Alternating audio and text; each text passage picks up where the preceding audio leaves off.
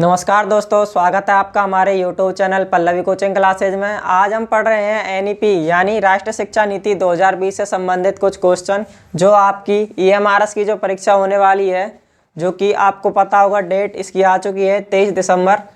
तो इसमें आपके ये क्वेश्चन आएंगे एनईपी के। तो आज हम इससे संबंधित कुछ क्वेश्चन कर रहे हैं। तो देखते हैं आज के क्वेश्चनों को। पहला क्वेश्चन है, राष्ट्रीय शिक्षा नीति 2020 को केंद्रीय मंत्रिमंडल ने 29 जुलाई 2020 को मंजूरी प्रदान की। इस शिक्षा नीति का मसौदा किसके नेतृत्व में तैयार किया गया? तो राष्ट्रीय शिक्षा नीति 2020 को केंद्रीय मंत्रिमंडल ने 29 जुलाई 2020 को मंजूरी प्रदान कर दी। इस शिक्षा नीति का जो मसौदा है वो किसके नेतृत्व में तैयार किया गया, ये हमसे पूछा है। और इसके ऑप्शन है मजार आसिफ, के वैष्णुगोपाल, डॉक्टर के कस्तूरी रंगन या वसुधा कामत। तो इसका जो सही आंसर है वो है डॉक्टर के कस्तूरी रंगन। ये जो डॉक्टर के कस्तूरी रंगन है, इन्होंने जून 2017 में एक कमेटी का गठन किया, जिसने आगे चल के इस कमेटी ने मई 2019 में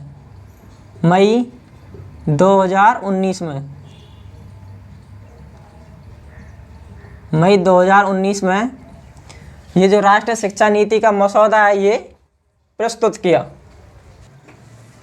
अगला क्वेश्चन है, राष्ट्रीय शिक्षा नीति 2020 में शिक्षा के क्षेत्र में होने वाले निवेश को जीडीपी का कितना प्रतिशत करने का लक्ष्य रखा गया?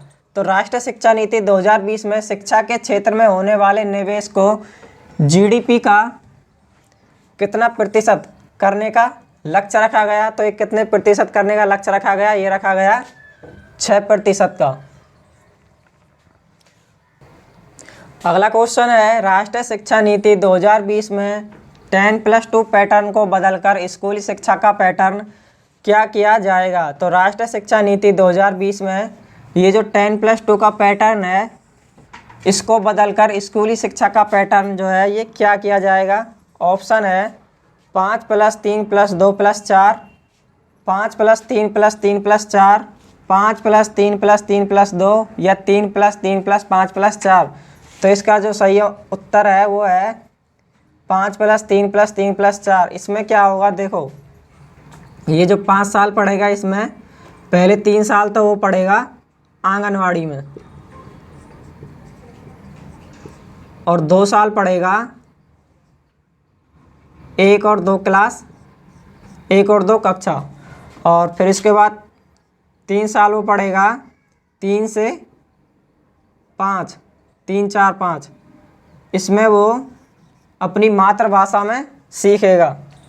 फिर अगले 3 साल वो 6, 7, 8, इसमें उसको व्यावसायिक शिक्षा है जो वो दी जाएगी।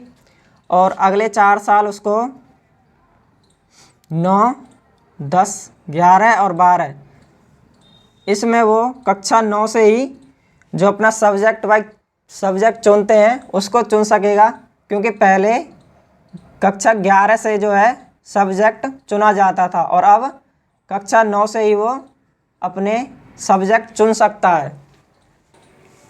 अगला क्वेश्चन है, राष्ट्रीय शिक्षा नीति 2020 किस शिक्षा नीति की जगह लेगी? तो ये जो राष्ट्रीय शिक्षा नीति है 2020 है, ये किस शिक्षा नीति की जगह लेगी? तो ये किस शिक्षा नीति की जगह लेगी? एनईपी 1986 की जगह, एनईपी 2000 की जगह, एनईपी 1968 की जगह या एनईपी 1975 की जगह? तो ये लेगी एनईपी 1986 की जगह लेगी ये। देखो, जो पहली राष्ट्रीय शिक्षा नीति आई थी वो आई थी 1968 में। पहली राष्ट्रीय शिक्षा नीति आई थी 1968 में और दूसरी आई थी 1986 में। ये दूसरी राष्ट्रीय शिक्षा नीति आई थी 1986 में। और अब 34 साल बाद जो तीसरी राष्ट्रीय शिक्षा नीति आई है ये आई है 2020 में, इसलिए इसका नाम राष्ट्रीय शिक्षा नीति 2020 रखा गया है। अब चलते हैं अपने अगले क्वेश्चनों की तरफ। अगला क्वेश्चन है, एनईपी 2020 में कौन सी कक्षा से व्यावसायिक शिक्षा शुरू करने की बात कही गई है? तो एनईपी 2020 में कौन सी कक्षा से व्यावसायिक शिक्षा जो है उसे शुरू करने की बात कही गई है? ऑप्शन है 5वीं कक्षा से, 8वीं कक्षा से, 6ठी कक्षा से या 11वीं कक्षा से। तो ये जो व्यावसायिक शिक्षा है, ये अभी थोड़ी देर पहले एक क्वेश्चन आया था ऐसा ही, उसमें भी मैंने बताया था कि जो अपना पैटर्न बना था 5+3+3+4 का, उसमें कक्षा 6 से 8 तक जो है उसमें व्यावसायिक शिक्षा की बात कही गई है। तो इसमें जो ऑप्शन तीसरा है ये अपना सही हो जाएगा। कक्षा 6ठी से व्यावसायिक शिक्षा शुरू करने की बात कही गई है। अगला क्वेश्चन है, निम्नलिखित में से कौन सी नई शिक्षा नीति 2020 की खूबियां हैं? तो जो राष्ट्रीय शिक्षा नीति 2020 की खूबियां हैं वो इसमें बतानी है, कौन कौन सी हैं। और व्यापक प्रारंभिक बचपन की शिक्षा, विनियमों में आसान, समग्र, समावेश को बढ़ावा देना। तो इसमें कौन सा ऑप्शन है जो सही होंगे?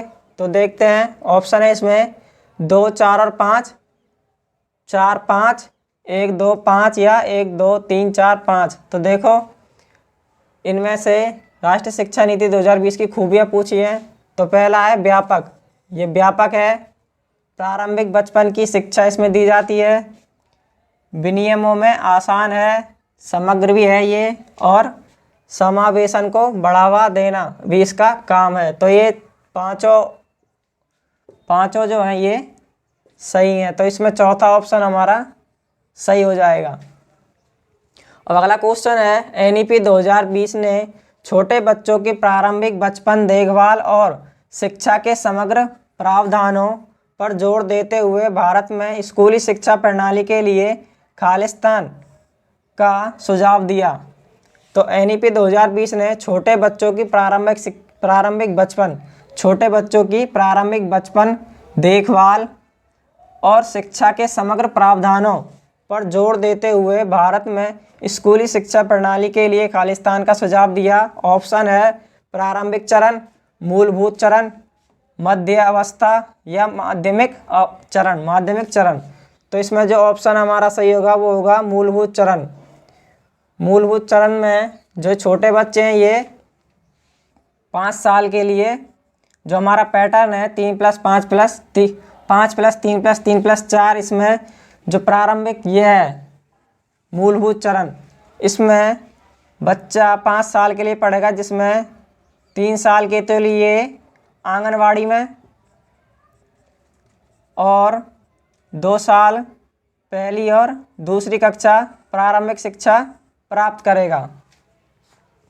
अब अगला क्वेश्चन है, एनईपी 2020 में चिकित्सा एवं कानूनी शिक्षा को छोड़कर उच्च शिक्षा के लिए किस आयोग के गठन की घोषणा की गई? तो एनईपी 2020 में चिकित्सा एवं कानूनी शिक्षा को छोड़कर उच्च शिक्षा के लिए किस आयोग के गठन की घोषणा की गई? तो किस आयोग के गठन की घोषणा की गई? ऑप्शन है भारत उच्च शिक्षा संस्थान, भारत उच्च शिक्षा आयोग, अटल बिहारी वाजपेयी उच्च शिक्षा आयोग या अटल शिक्षा संस्थान। तो किस आयोग के गठन की बात की गई? इसमें भारत उच्च शिक्षा आयोग के गठन की घोषणा की गई। अब चलते हैं अगले क्वेश्चनों की तरफ। अगला क्वेश्चन है, नई शिक्षा नीति स्तंभों पर आधारित है, एनईपी 2020 में कितने स्तंभ हैं? तो ये जो अपनी नई शिक्षा नीति एनईपी 2020 जो है ये स्तंभों पर आधारित है। इसमें पूछा गया है कि कितने स्तंभ हैं। इसमें कितने स्तंभ हैं? 3 हैं, 4 हैं, 5 हैं या 8 हैं। तो इसमें कितने स्तंभ हैं? 5 स्तंभ। और ये स्तंभों के नाम क्या हैं? ये है पहुंच, समता, गुणवत्ता, वहनीयता और जवाबदेही। अब अगला क्वेश्चन है, मूल्यांकन के संदर्भ में राष्ट्रीय शिक्षा नीति 2020 में छात्रों के लिए किस प्रकार का रिपोर्ट कार्ड प्रस्तावित किया गया है?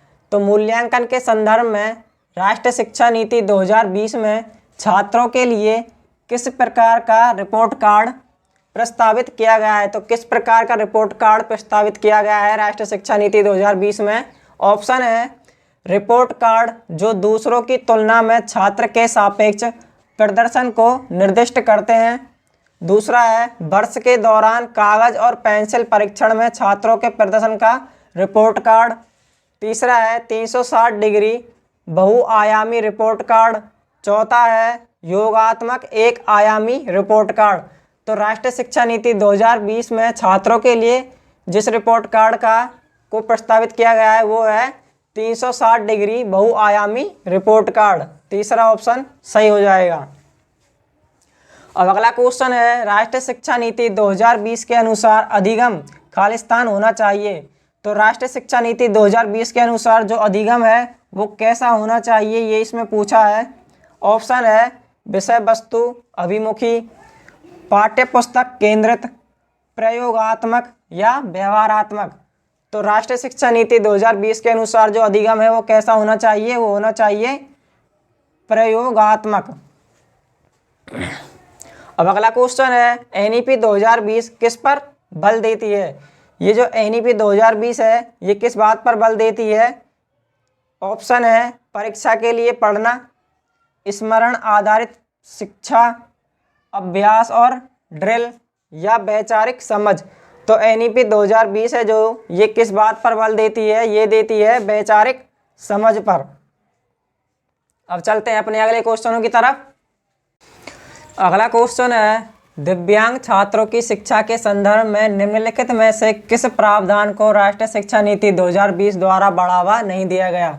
तो दिव्यांग छात्रों की शिक्षा के संदर्भ में निम्नलिखित में से किस प्रावधान को राष्ट्रीय शिक्षा नीति 2020 में बढ़ावा नहीं दिया गया। तो दिव्यांग छात्रों की शिक्षा के संदर्भ में किस प्रावधान को राष्ट्रीय शिक्षा नीति के द्वारा बढ़ावा नहीं दिया गया, इनमें से किसको बढ़ावा नहीं दिया गया। ऑप्शन है उपयुक्त इमारती ढांचा, उपयुक्त इमारती ढांचा, प्रत्येक विद्यार्थी के लिए एक शिक्षा और निजी शिक्षक, अनिवार्य विषय शिक्षा या उपयुक्त तकनीकी सुविधाएं। तो इसमें अनिवार्य विषय शिक्षा जो है अपना सही हो जाएगा।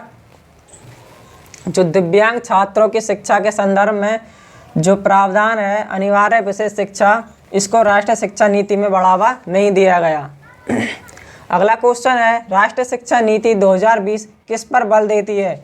ये जो राष्ट्रीय शिक्षा नीति 2020 है ये किस पर बल देती है, इनमें से ऑप्शन है लचीला बहुस्तरीय गति आधारित अधिगम, बच्चों के केवल संज्ञानात्मक विकास से संबंधित पहलू, राष्ट्रीय पाठ्यचर्या के मानकीकरण पर बल, बच्चों के स्मरण कौशल के मापन पर बल। तो इसमें लचीला बहुस्तरीय गति आधारित अधिगम जो है इस पर राष्ट्रीय शिक्षा नीति 2020 बल देती है। अगला क्वेश्चन है, राष्ट्रीय शिक्षा नीति 2020 के अनुसार विद्यार्थियों के मूल्यांकन में किन आयामों की प्रकृति व अद्वितीयता को शामिल करना चाहिए। राष्ट्रीय शिक्षा नीति 2020 के अनुसार विद्यार्थियों के मूल्यांकन में किन आयामों की प्रगति व अद्वितीयता को शामिल करना चाहिए। ऑप्शन है संज्ञानात्मक, सामाजिक और आध्यात्मिक, दूसरा है संज्ञानात्मक और शारीरिक, तीसरा है संज्ञानात्मक भावात्मक और मनोगत्यात्मक, चौथा है शारीरिक क्रियात्मक और मनोवैज्ञानिक। तो ये जो राष्ट्रीय शिक्षा नीति 2020 के अनुसार विद्यार्थियों के मूल्यांकन में किन आयामों की प्रगति व अद्वितीयता को शामिल करना चाहिए, इसमें करना चाहिए संज्ञानात्मक, भावात्मक और मनोगत्यात्मक। अब चलते हैं अपने अगले क्वेश्चनों की तरफ। अगला क्वेश्चन है, राष्ट्रीय शिक्षा नीति 2020 में खालिस्तान से खालिस्तान तक शैक्षणिक बदलाव का प्रस्ताव है। ऑप्शन है रचनावाद, व्यवहारवाद, दूसरा है रटन अधिगम संकल्पनात्मक समझ, तीसरा है पूछताछ आधारित शिक्षा प्रयोग और अभ्यास, चौथा है अधिगम के लिए मूल्यांकन अधिगम का आकलन। तो राष्ट्रीय शिक्षा नीति 2020 में रटन अधिगम से संकल्पनात्मक समझ तक शैक्षणिक बदलाव का प्रस्ताव है। इसका दूसरा ऑप्शन जो सही हो जाएगा। अगला क्वेश्चन है, राष्ट्रीय मूल्यांकन केंद्र परख का उद्देश्य क्या है। तो राष्ट्रीय मूल्यांकन केंद्र है जो परख, इसका उद्देश्य पूछा है क्या है। ऑप्शन है बोर्ड परीक्षा के लिए प्रश्न पत्र सेट करना, दूसरा है यूजीसी के लिए प्रश्न पत्र सेट करना, तीसरा है मानदंड मानक और दिशा निर्देश निर्धारित करना, चौथा है प्रश्न पत्र सेट करना और परीक्षा आयोजित करना। तो परख का उद्देश्य क्या है, इसका उद्देश्य है मानदंड मानक और दिशा निर्देश निर्धारित करना। तीसरा ऑप्शन सही हो जाएगा।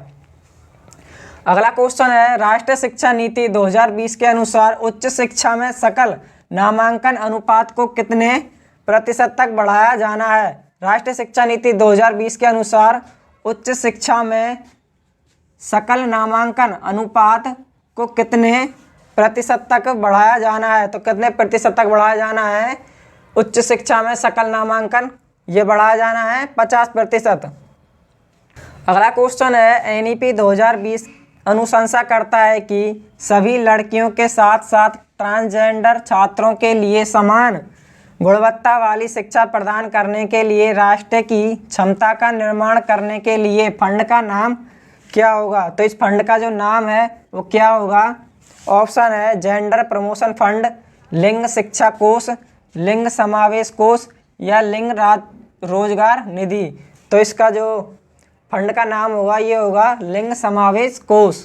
तीसरा ऑप्शन जो इसका सही हो जाएगा। अब चलते हैं अगले क्वेश्चनों की तरफ। अगला क्वेश्चन है, एनईपी 2020 के अनुसार स्कूली शिक्षा में किस आयु वर्ग के बच्चे शामिल हैं? तो एनईपी 2020 के अनुसार स्कूली शिक्षा में किस आयु वर्ग के बच्चे शामिल हैं? ऑप्शन है 6 से 18, दूसरा है 3 से 18, तीसरा है 6 से 21 और चौथा है 5 से 18 वर्ष। तो इसमें 3 से 18 वर्ष के जो बच्चे हैं वो स्कूली शिक्षा में शामिल किए गए हैं। अगला क्वेश्चन है, एनईपी 2020 में उल्लेखित विशेष आवश्यकता वाले बच्चों के लिए सुझाया गया दूसरा नाम क्या है? तो एनईपी 2020 में उल्लेखित विशेष आवश्यकता वाले बच्चों के लिए सुझाया गया दूसरा नाम क्या है? ऑप्शन है अक्षम बच्चा, विकृत बच्चा, दिव्यांग बच्चा या विशिष्ट बच्चा। तो विशेष आवश्यकता वाले बच्चों के लिए सुझाया गया दूसरा नाम क्या है एनईपी 2020 में? वो है दिव्यांग बच्चा। अगला क्वेश्चन है, एनईपी 2020 का मुख्य उद्देश्य खालिस्तान का विकास है। तो एनईपी 2020 का जो मुख्य उद्देश्य है वो किसका विकास है? ऑप्शन है 100% रोजगार प्रदान करने का प्रावधान, दूसरा है दुनिया में सबसे बेहतर बुनियादी संरचना, तीसरा है निःशुल्क शिक्षा देने का प्रावधान, चौथा है प्रत्येक छात्र की रचनात्मक क्षमता का विकास। तो इसमें चौथा ऑप्शन है जो प्रत्येक छात्र की रचनात्मक क्षमता का विकास करना, इसका मुख्य उद्देश्य है एनईपी 2020 का।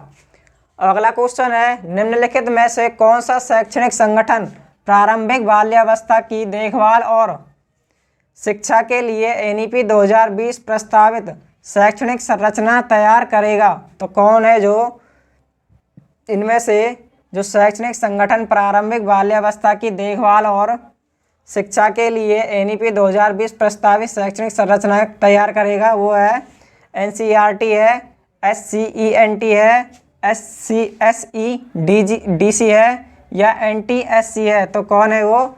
एनसीईआरटी है। अब चलते हैं अगले क्वेश्चनों की तरफ।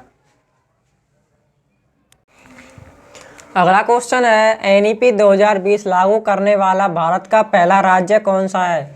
तो एनईपी 2020 लागू करने वाला भारत का पहला राज्य कौन सा है इनमें से? ऑप्शन है पहला है कर्नाटक, दूसरा है तमिलनाडु, तीसरा है केरल, चौथा है उत्तर प्रदेश। तो भारत का पहला राज्य जिसने एनईपी 2020 लागू किया वो है कर्नाटक। अगला क्वेश्चन है, एनईपी 2020 में प्रस्तावित राष्ट्रीय मूल्यांकन केंद्र को क्या नाम दिया गया? तो एनईपी 2020 में प्रस्तावित राष्ट्रीय मूल्यांकन केंद्र को क्या नाम दिया गया? इसको क्या नाम दिया गया? ऑप्शन है अपने पहला है दिशा, दूसरा है परख, तीसरा है दीक्षा, चौथा है निखार। तो क्या नाम दिया गया राष्ट्रीय मूल्यांकन केंद्र को? ये दिया गया परख नाम। अगला क्वेश्चन है, राष्ट्रीय प्रौढ़ शिक्षा संस्थान NIAE की स्थापना कब हुई?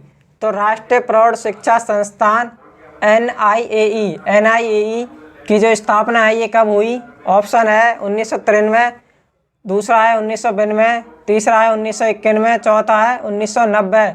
तो NIAE की जो स्थापना है ये कब हुई? ये हुई 1991 में। अगला क्वेश्चन है, एनईपी 2020 के अनुसार ECCE का पूर्ण रूप क्या है? तो ECCE का पूर्ण रूप पूछा है, इसमें क्या है? ऑप्शन है बाल्यावस्था के मूल्यांकन के लिए शैक्षिक देखभाल, दूसरा है बाल्यावस्था की शिक्षा के लिए प्रारंभिक देखभाल, तीसरा है प्रारंभिक बाल्यावस्था देखभाल और शिक्षा, चौथा है बाल्यावस्था के मूल्यांकन के लिए शैक्षिक कक्षाएं।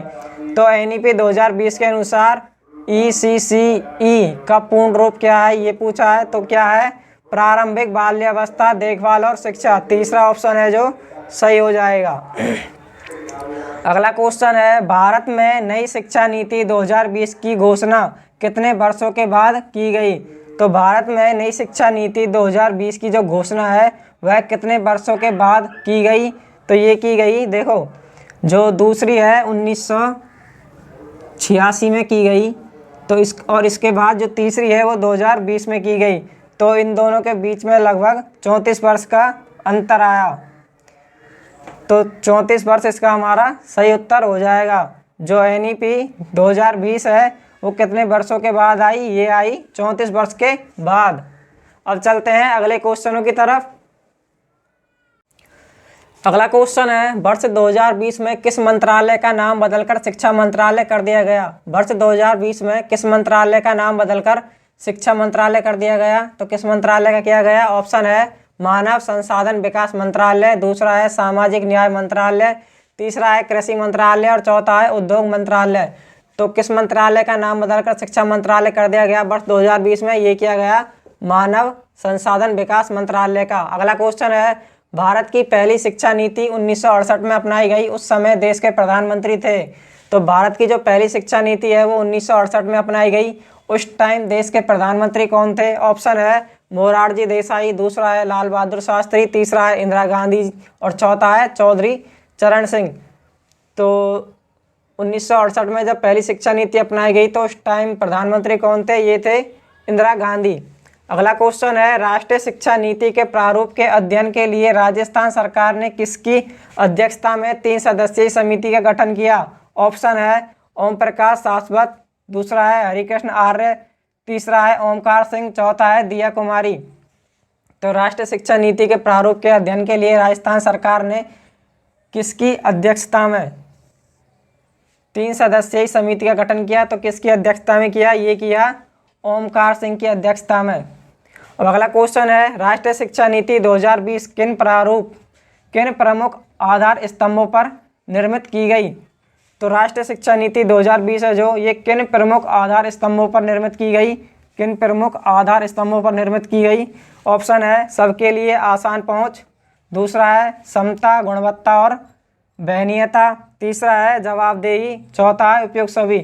तो सबके लिए आसान पहुंच, इसके लिए भी, समता के लिए भी, गुणवत्ता के लिए भी, वहनीयता के लिए भी और जवाबदेही के लिए भी। तो उपयुक्त सभी इसका आंसर हो जाएगा। तो ये थे आज के हमारे क्वेश्चन। आशा है आपको ये अच्छे लगे होंगे, समझ में आए होंगे।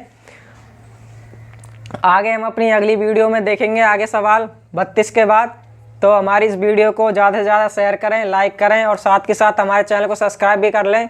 धन्यवाद।